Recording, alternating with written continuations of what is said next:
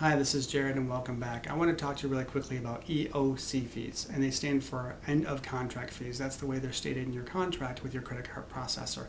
Basically what it is a cancellation or termination fee. And before we begin, let me set a foundation really quickly for you so hopefully you'll have the right mindset. And what I'm talking about is, as a consumer, you most likely have a cell phone. If you have a cell phone with a major carrier, you typically have a cancellation fee that's as much as $600 in your contract right now. So as consumers, we're pretty much the norm to have a cancellation fee with a 2-year contract.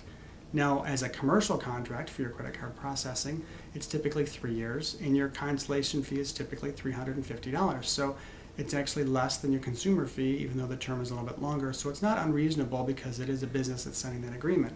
So with that said, let's move a little bit into the fees themselves. We talked about them being 3 years, and we also talked about it being $350. Now you might ask yourself, why do processors have to charge this fee? Well, if you look back into the old days, you'll see that we used to have application fees, and the application fees covered things like the application processing, the submission of the account, the building of the terminal program, the installation of the terminal program, and the training of your employees on how to use that program. So those are fees that the processor incurs on your behalf, and they have to pass those on in one way or another.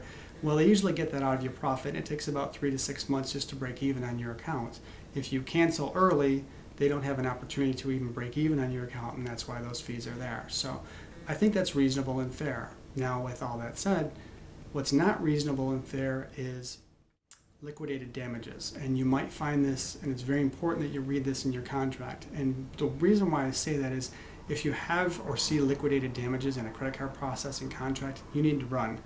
And that typically means that your cancellation fees are huge. And the reason why is that salesperson is going to tell you anything to get you to sign that contract, and you'll find out a month later when you get your first statement that they were lying to you. And now you're in a position where you can't cancel because you would have to pay so much money to cancel, it just doesn't make sense. So you're stuck. And what liquidated damages stands for is, say for example, your monthly processing fees are $300 and you have 10 months left in your contract. Well, your processor will charge you $300 times those 10 months, so $3,000 to cancel. Now imagine you're inside your first month of a 3-year contract.